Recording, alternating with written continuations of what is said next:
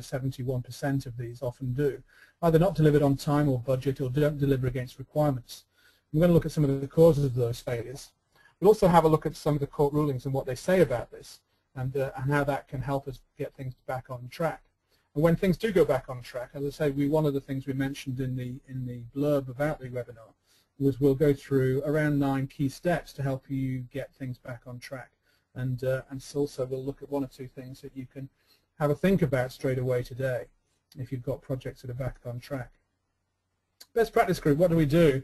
Effectively, I like to use the analogy of marriage, really, and in terms of helping people both get into marriage, recover when things aren't going well, and if necessary, help you with the divorce proceedings. About a third of what we do is helping people win procurements and helping you get into a safe and contractual position as quickly as possible, and keeping the cost down to as well as you can. Identifying the right service provider and contractually protecting you in the event of misunderstandings. We've got into that position because we've been involved in probably over 500 different kinds of projects where we've been helping people recover from when these complex projects go wrong. Where we've looked at what the root causes of this are, and we start getting involved in the marriage guidance counselling.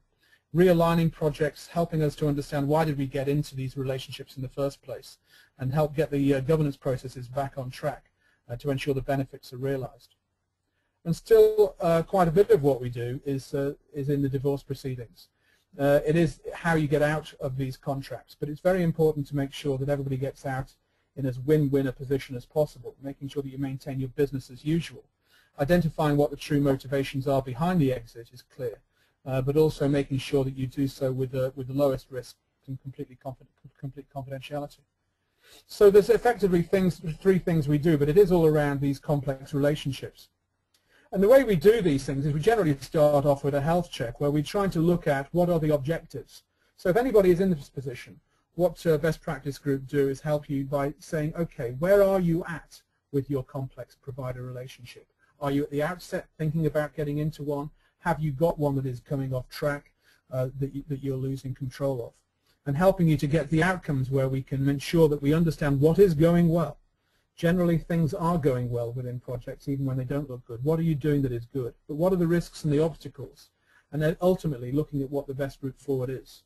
And of course, what we're doing is providing that as independent review by experts. I've been involved in a number of projects, as we all have, where actually the emotions get very high and the blame cultures get very, very, very much entrenched. And really what people are saying is, we just want to start pointing fingers. And everybody's got a blame culture. And what we try to do is to say, let's take the heat out of the situation, look at it and let's see what the science says. Let's really define where we were trying to get to. Let's understand what the contractual gap analysis is. Let's understand really what isn't working operationally. Let's review all the documentations and get into a workshop where we can plan a best route forward. And it isn't always the expensive route of going through the divorce courts. Very many things can be put right. We'll go through some of those now. But we are all in a situation where we're facing a number of challenges. So these relationships and these contractual outsourcing projects we get involved in are becoming more and more important. It's a very tough economic climate. And we've got a number of people from the public sector online today, as well as the private sector. And if you're in the public sector, of course, a lot of jobs have gone. And of course, that is meaning that you're trying to drive a lot more value out of those relationships and those partnerships that you have. Innovate, bringing in new skills and trying to get some new innovations into how to deliver services better. And fundamentally, of course, that means we're changing the models and the way in which we're working. And if we've got contracts already in place, be they IT procurements, ERP procurements, or even service outsourcing, we're trying to restructure how we do things. And therefore, sometimes the flexibility in our original contract is not allowing us to do that. So how can we realign those contracts to help us be more flexible in the way in which we deliver our services and our products as we move forward? A lot of people in the public sector think the private sector have got it right. And just a few quick examples about this. If you look at both these companies, large organizations, Sainsbury's were looking for a logistics package and a logistics solution that they had a budget for about £100 million for. The last count, it was £230 million. And if people think that these organizations have got the access to the best finance advice, the best contractual advice, the best legal advice, the best technical advice, the best IT advice, and they've got bottomless pockets to get that advice. But it's still very, very difficult to get it right. And these situations are very complex and not easy. In terms of Avis, they were looking at an ERP system with budgets around £18 million, and when it got to about £30 million, they pulled the plug. At that point, it was only 60% delivered. But those organizations have both got into these complex relationships, struggled, but survived. People like MFI we don't any longer see on the high street. At the point when they were looking at all their logistics systems and trying to move forward, things didn't go well. Now, I do understand that there was an awful lot of mitigating circumstances in why MFI weren't successful. But actually, a lot of their systems were taking huge amounts of money that went up beyond £60 million and ended up helping them to break the camel's back. And exactly the same with Hagemeyer. At the point when they started getting into inventory systems and logistics systems, they had a situation where they were trying to spend money, but a year after they got into this position, the shareholders pulled the plug, and at that point they sold the company for a quarter of what the share price was a year before, again with problems with inventory systems. So these things are not easy, and they can be very difficult moving forward. And of course, in the public sector, when the European Services Strategy Unit started looking at things, they identified these were not just IT projects, but BPO projects that involved IT. Around 105 projects were looked at, and there were huge problems with the cost overruns, delays, and terminations in these projects. But these were not the only bits of research we can look at. We can look at a whole raft of different organizations who have researched into this. And of course, in these complex provider relationships, the percentage of them that fail are very high. If we just identify and just take out of context here the Standish view here, they reckon about 73% of projects fail, but it's very interesting to define and look at their definition of what failure is. Their definition of failure is if a project is double the budget and double the time scale in terms of overrun, then it was deemed a failure. If we put that another way, if it was only just up to double the budget, or just up to double the time scale, then that was deemed a success. And still they reckon that 73% of projects are subject to failure. When you break that down and start looking at the reasons why people get into these relationships, the top 4 reasons, for example, reliability, trust, technical skills, cost and value, these are the reasons why we get into the relationships, but these are what end up causing us the most pain and hurt. These are the reasons why we start falling out of these projects. And again, helping us to choose a strategic partnership, one of the issues that they've got is, if looking at the bottom line there, the original agreement was not serving the organization's medium to long-term objectives. Because very often we sign a contract, we put it on the shelf, and we go away and get on with what the project is. But actually the project doesn't allow us to have flexibility. If we're buying IT projects, then what we're not getting into is the ability to satisfy our current requirements. So the line above, technology outsourcing, not meeting expectations.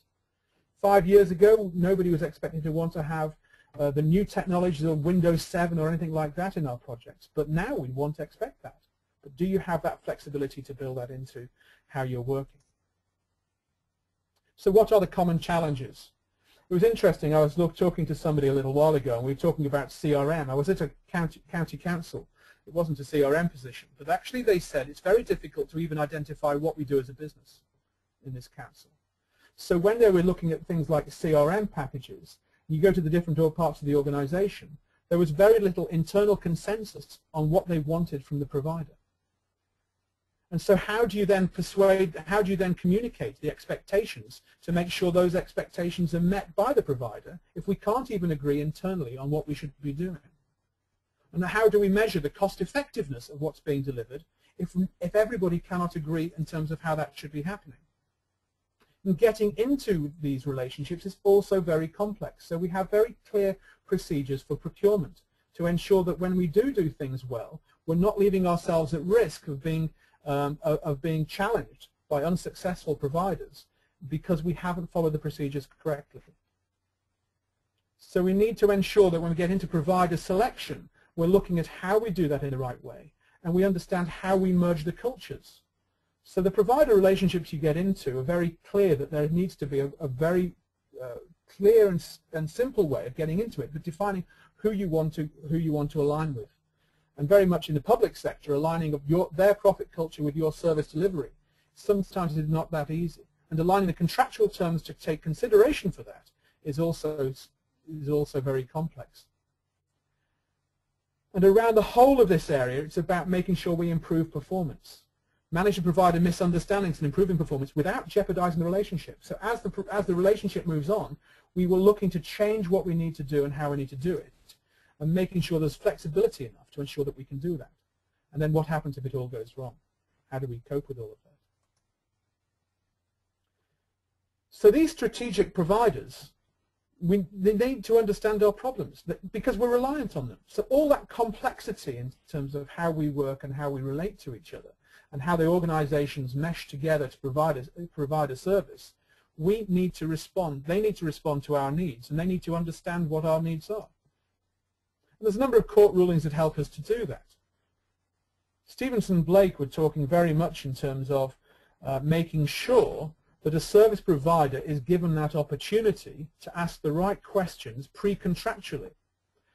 And if they don't ask those questions pre-contractually, they cannot turn around at the end of it and say, you didn't tell us that, and you need to pay us some more. Because this particular case was saying that the vendor, the strategic partner, who is after all the expert, who is doing this on a daily basis, should validate what they are going to provide, should validate what they were not going to provide, and more specifically, validate what the consequential effect of what they're not going to provide is. So that's going back to the CRM solution. What are they going to provide? Are they going to provide the metrics in the way we want them to provide it, or not? Well, have we made our requirements clear? They are contractually obligated to find out what your requirements are, say what they are going to provide, and say very clearly what they're not going to provide. This whole duty to warn was very much thought for a long time to have been just limited to the point at which the contract was. We never believed that. What we believe is, and this was shown in the Murphy and Johnson case, that the duties stay in place throughout the entire duration of the agreement. Now later on I'm going to introduce you to a white paper that we've got, which is on our website, and it goes into a lot more detail about these cases and about the implications of these cases and the implied implications in terms of how this affects your contract and your partnership with your strategic suppliers. But we need to define, if we look at this graph, we need to say where are we along this graph in terms of the strength of the necessary contractual relationship and the advice on and the reliance we have on advice. And what we're looking at is the top right-hand corner very much, where in a strategic partner provider, we have this critical contractual relationship. And at that point, they need to provide specialist input to help your organization with the vision, the strategy, and the objectives, and showing very clearly how they meet your needs. As you get into a contract, there are a number of things that happen. You can undermine the contract. We can undermine all this good work we've done at the outset by doing various things. Interestingly enough, good project management like Prince 2, Hermes, and the like are there to make sure that things are maintained on track. But actually, your project managers and your program managers can undermine the good things that you're trying to do, because actually what they're doing is saying, oh, there's something going wrong, I'm going to fix it. But it has it doesn't recognize at all what the contractual obligations are. So if your team try to align the project, you can take responsibility away from your provider. And in doing that, you can become liable for the costs. So this is one of the reasons why when we get into these relationship and these project recovery situations, we've got to be very clear on what the roles, what the responsibilities are to help things move forward. And we can end up taking away the provider's responsibilities without realizing it, because they have to think for you. They have a duty to warn. They have a duty to act with reasonable care and skill and provide that best advice. And there's a whole range of things that you can do that takes away and dilutes their responsibilities. Jumping in to fix situations. If you direct the project, ignoring their advice, not following the contract, agreeing to changes outside of the contract, which can all of a sudden lead them to start sending you various invoices for change control. Dealing directly with subcontractors. It's so easy when a subcontractor is on site to go and have a chat with them and try and get things fixed. And in doing that, all of a sudden, change notices will come from your provider, and you're going to be subject to the cost of those. And of course, very often senior management trying to get things sorted, come in with a size 10 boots, deal with it and all of a sudden you've undermined again what's going on in terms of the provider's responsibilities. They become fragmented and eroded. So it's very clear that we need to have very straightforward definition of what the roles and responsibilities are within a project and make sure we follow it. So how do we get into the relationships and what do we do that's different? Well, first of all, we talk about contracting for the advice separately to contracting for the solution. We'll look at that again in a little bit more in a moment. And of course, the single biggest frustration after poor service is this whole idea that I alluded to a little earlier about having change within the project, making sure that is contractually part of the contract, that there's going to be change in terms of the delivery for what you're going to require. And you might be thinking, well, don't my project managers, don't my team already know this? We've got things going very well. Well, if you do have situations going well and you do have projects going well, do you know why it's going well? Are you able to replicate it moving forward? And of course, if we get things right, then one of the things that we can time and time again show in terms of the projects we've been involved in is you get much better outcomes quicker, faster benefits realization, and probably up to about 35% end-to-end lower service delivery costs, because actually they're much more aligned to what your organization requires. So here, if we go along the contracting for advice and the contracting for the solution, what we need to do is set the context before you get into these relationships, and honestly, time and time again, have you defined your needs? No. Contracts we go and look at and review. Where are your requirements definitions? Where is your process information? Where are your needs in terms of your strategy documents within the contract? And they just don't exist. So set the context at the outset. Align the expectations in terms of what you're going to require to be put in, what the output should be.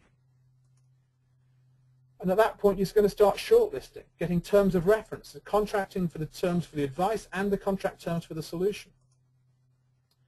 Starting doing the due diligence. Allow the provider to do the due diligence on you so that they'll know what you want and they'll be able to tell you what you're going to get and what you're going to get, and also validate the consequences. And ultimately, that gives you a clarity of solution in terms of the terms of reference and the transfer of responsibilities. And ultimately, moving into a position within the contract where you've got measurement against objectives and not functions. And of course, this whole competitive dialogue part within the center of this is really where we can get into. And again, if you've got any questions on that or want more detail on that, we can provide that to you later on. Just a few examples where we've done this. Somebody who's Nick Bell, who's Chief Executive of Staffordshire County Council, has been in a number of local authorities on his way to that position. And these are examples, real examples, that we can give you much more detail on if you're interested. But in this first one, it was a commissioning recovery. Interesting enough, some of the big four consultancy organizations would recommend they exit this particular situation. And once we got in there, the point where we got in there, the satisfaction ratings were around 28% average. And within 16 weeks, they're up to 73%. Within 26 weeks, 94%. Because we were able to implement a performance recovery program. And it provided the provider with a win-win. The provider was going to be exited. And whilst the costs in delivering came down, the profit for the vendor went up. And also, they had their contract renewed. In this particular situation, this was an exit, and so we helped with the exit. They'd had lawyers in for a number of months, quite a number of months. It was getting very expensive. And BPG argued about this whole idea of duty to care and the duty to warn.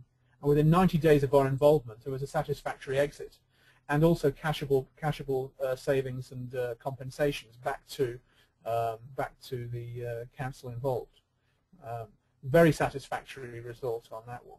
And more recently, we've been helping with a complex procurement, which again, over a 15-year procurement and outsourcing contract, was helping them to move into a situation that provided the flexibility, rewrote the way in which the contract was written in terms of making it much more aligned to the operational view of what was required, and has already in the first 90 days provided cashable savings around £15 million. a number of councils we've been involved in. This is just a slide pinched from a presentation we did to public sector recently. But more interestingly enough, in that environment, the payback on getting these contracts right has been huge for a number of organisations. Not everybody, of course, hits the admirable figures that Essex did, but generally between 10, 15, 20% payback on costs is what we expect to hit. So I mentioned very briefly the 9 steps to get your project back on track. What are the practical things you should be considering to get your project back on track? First of all, prepare.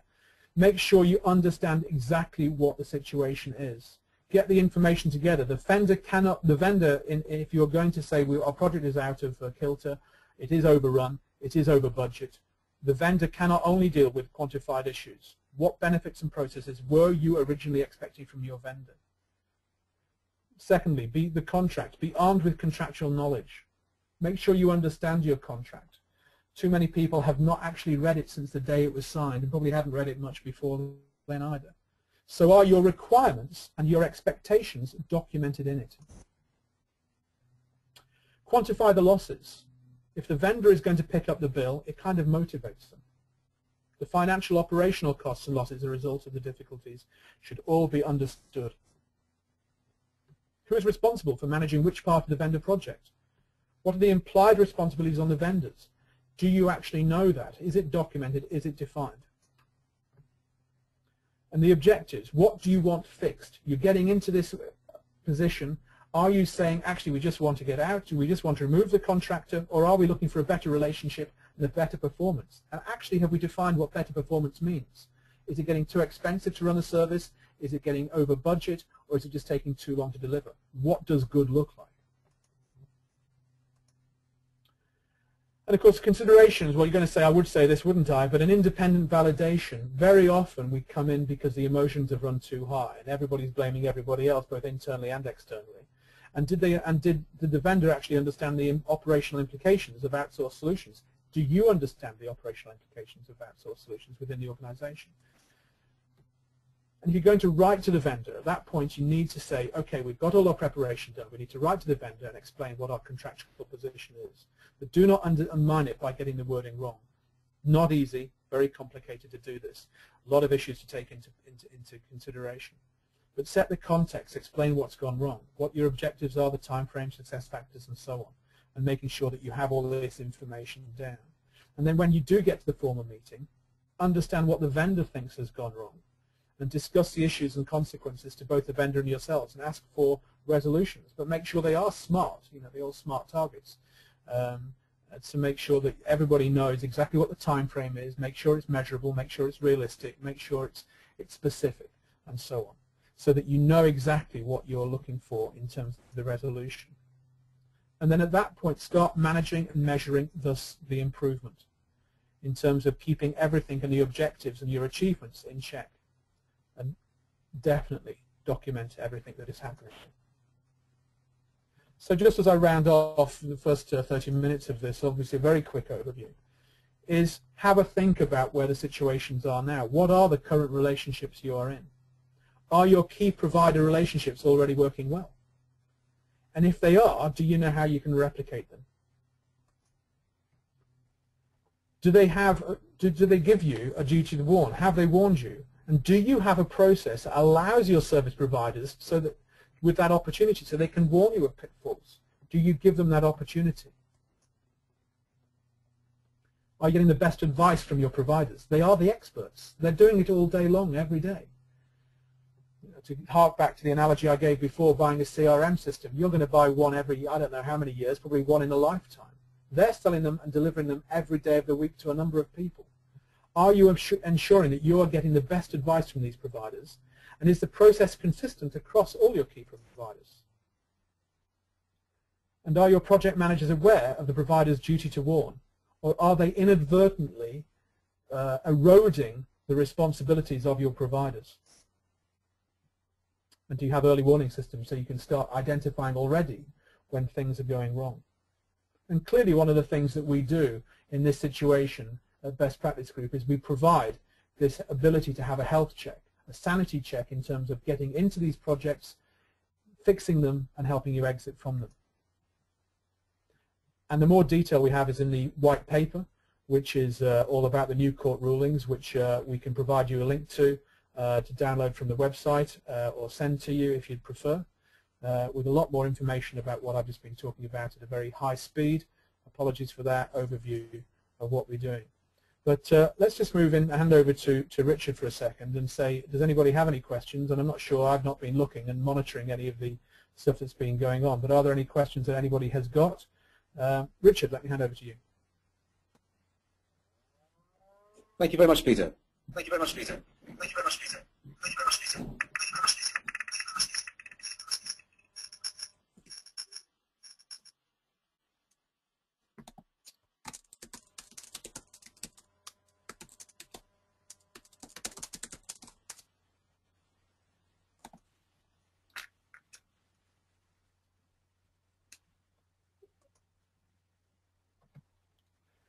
Okay, let's just, I think Richard, has Richard got a bit of a technical problem there? I think he seems to have. I've got a little message coming up about questions. Steve, have we got any questions that you'd like to start talking a little bit about?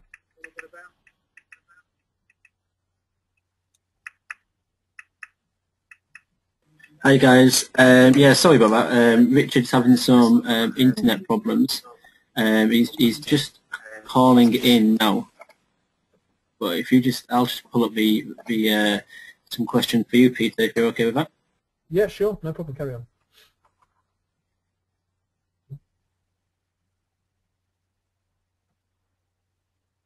So I have a question here that explains. Well, first question is, what is the typical size of projects that we get involved in? Do you know, we were having a conversation about that the other day, about the typical size of project that we get involved in. Often they are quite large projects, and we're talking multi-million-pound IT projects and service outsourcing projects. But actually, it's interesting when you say it's all about the level of pain. I was talking to a customer, an old customer, a few days ago, interestingly enough, who's called us in on a number of project recovery situations, and I said, what was it that triggered you to call us in? And interestingly, if it wasn't the size of the project that was the key driver for that. The situation was the project had gone. They were both IT projects, interestingly, from both in the private sector, but in both of the situations where he'd called us in two different positions where he'd been IT director, the project had gone over time and over budget. And the mood within the organisation that he was working for was such that they wanted to get litigious and start calling people in and the lawyers in. And he decided at that point, before they did that, let's just take a breath and let's get some independent view of what the situation is. And they're both different sized projects. They're both in the millions, but they weren't multi-million pound projects. But often we do get involved in very large projects. I don't know if Richard's back online now, is he? Hello, Peter, can you hear me? Yeah, I can hear you fine. We're just talking about the typical size of a project that we get involved in, Rich. And I was just saying that actually sometimes it's the level of pain rather than the number of dollar or the noughts after the dollar sign that we talk about. But maybe you've got a different view on that. Well, I think that's absolutely right in the recovery stage. If things have gone a bit pear-shaped, then it all depends really what the business is after. But if the benefits aren't being realised, and it's obviously crucial to the business to get these things in very, very quickly, then anything to expedite that will be appropriate.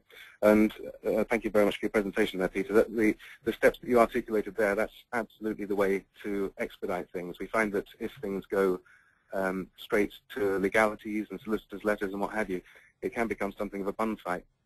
However, by a very focused approach, it's quite a systematic approach, is able to get the real issues out on the table and to understand both parties' perspectives on things, bring both parties back together again and really start pitching in for a very swift delivery.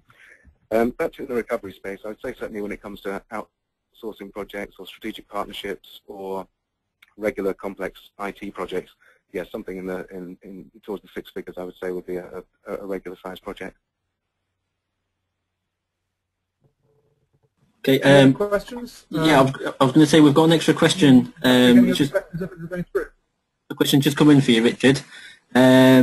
Peter mentioned something about contracting for advice. Can you explain what this means? Yes, absolutely. More often than not, if we think about a regular tendering process or a regular selection process, very often the buying organisation will put together whatever their requirements are, push that out to the market. The market will come back with various yeses and nos. Very often then there'll be a sort of beauty parade whereby the bid team come and present the solution and articulate their bid in much more depth. And then very often decisions are based upon that, depending upon the robustness of the evaluation criteria. And then a preferred bidder is notified, contract terms are then negotiated and signed off. And then once the contract has been signed, that's predominantly the first time that the project team will both meet from both parties and really start to understand what the depth and breadth of the requirement actually is. And so what that's actually done is it's actually got both parties actually already into a contract, and with major knowledge gaps on both sides. So obviously that's increasing the risk quite drastically. That's not just in terms of the technical solution. There's also going to be gaps and quite a lot of assumptions around the commercial model as well. And then finally, because neither parties had the opportunity to properly discuss and dialogue through the bidding stage, there's no real understanding of what the project plan looks like, what resourcing looks like, what roles and responsibilities look like, and whether or not both parties have actually got a good, robust team and structured implementation methodology together that will actually fit for the ethics and practices of that particular business. So the contracting for advice concept recognizes that as being a major cause of project failure and relationship failure, and it says, well, if we do all this discussion before the contract is actually signed, bringing both parties together whereby one is able to articulate its requirements much better, the other to articulate the solution, both parties to understand the size and skill levels of each other's respective teams, to have a clue, a much better clue as to what the overall budget actually is, and really to understand what the critical success factors are, the amount of business change which may or may not be appropriate for that particular organization. And at that point, a much more bespoke and specific implementation methodology and solution can be built up, as well as something which will comprise a budget that's sustainable. And so what we do in that particular instance is we put a contract around that dialogue process, and we basically, as a concept, is merely saying, here we are, we are articulating our problem, and we're looking for experts who will help us to come in and help us to find a solution to this particular problem. And in that respect, we are contracting you for advice. So we're not contracting you to come in and sell us your product. We're contracting you to come in and tell us what solution there is out there that will meet our specific requirements and objectives. And this has a major shift in terms of parties' obligations one to the other, but also the parties' perceptions of their role within the implementation. And we find that that is sets things on a very, very firm foundation for a very successful implementation going forth.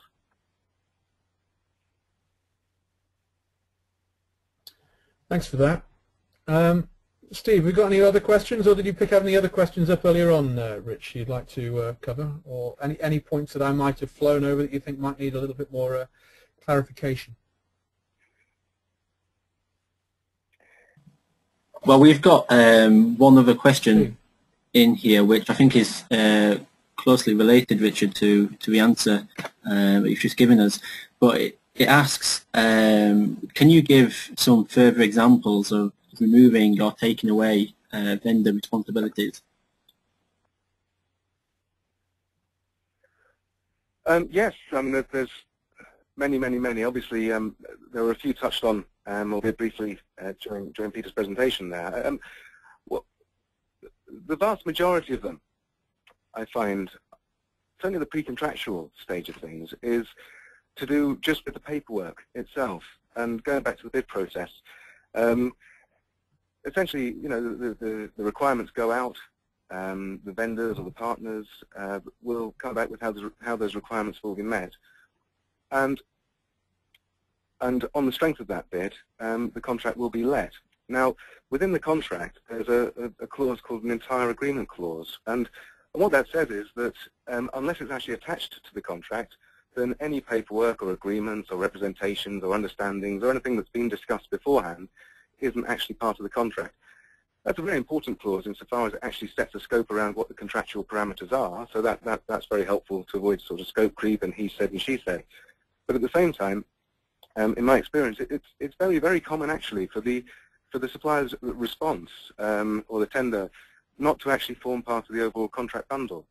You know, it somehow just kind of gets lost in the mix. And so if we think about it as being a filter, the response being the very top end of the nice wide filter, by the time the negotiation finishes or by the time the final contract bundle gets put together, we're at the very, very thin edge of the filter in terms of what people thought they were getting versus what they are getting. Now, of course, it is very important to set the scope of the project and to make it easy to contract manage. But at the same time, it must be done in such a way whereby expectations are continually aligned. Otherwise, it does set the project off on a very wrong footing. And when it comes to actually trying to contract manage it going forward, the buyer will say, well, you said we were going to get this and we haven't, looking at the bid document and the tender, whereas the provider will say, well, no, I mean, just have a look at the contract. We didn't say we were going to provide that actually within the contract. And that can cause quite a lot of discussion. And that's certainly a way whereby expectations are just very, very misaligned, and it's a very clear way whereby a vendor's responsibilities will be significantly eroded even before the project starts.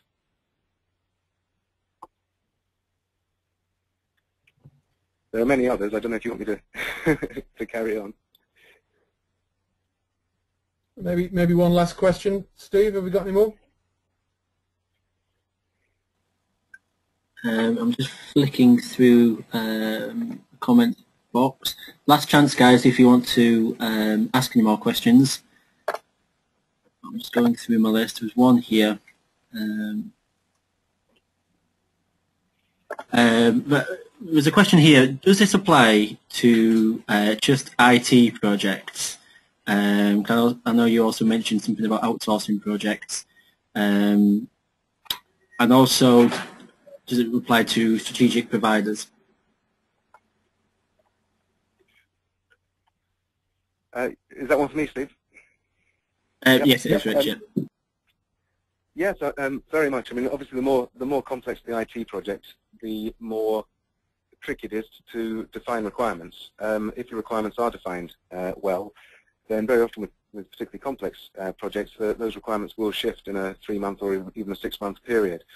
So at that time, it's very, very important to build in some flex and build in a way whereby things can move and change and alter, while still, particularly in the public sector, while still aligning with procurement rules. But nevertheless, when it comes to strategic partnering style agreements, what that's really about is completely about advice. And if we think about a strategic partner role, essentially it's for them to do the thinking for us. You know, we'll have knowledge gaps internally and say, well, there are people out there who really are very expert in this particular field.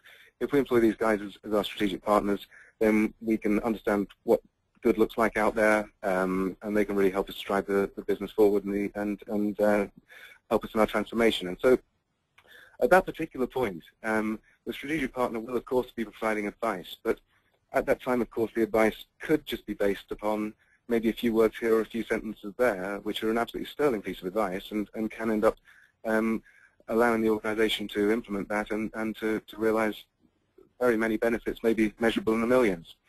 But for the strategic partners themselves, then that's not a particularly good business model insofar as particularly if they're paid on a 6-minute billing sequence, because the advice is worth only a few pounds to themselves, but to many millions to the other. And so really, the key to that particular type of relationship is sustainability and finding a way whereby there can be a really effective strategic partner relationship in place, whereby both parties can really, really bolster each other and really find a very good corporate way of working.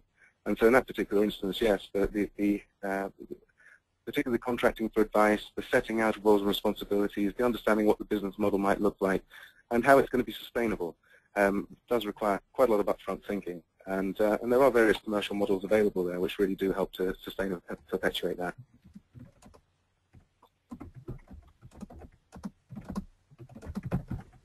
Thanks, Rich. I'm not sure we've got very many more questions, have we, Steve? Obviously, when I was speaking, I didn't pick up any other. I wasn't looking and following it down the chat list there. But is there much else that we've got? If not, I think what we'll do. You're saying no. I think we've covered the. There's a lot of the questions have kind of overlapped each other. I think we may have answered them. If anybody else has a question, please feel free to either fire it off to us now. Or send us an email and get back in touch. But thanks very much, everybody, for joining us this afternoon. Anything else you want to add, Rich, before we shut it down? No, just thank everyone for their time. Okay, thanks, folks. We'll end it here. And if anybody's got any questions, let us know. If you're wanting to access the white papers, then they're available through the website, or send us an email, and we'll send you the link. Anything else we need to do, Steve? No, I think that's it now. We can go now. Brilliant. Okay, well, thanks very much, everybody, and have a great day. Goodbye.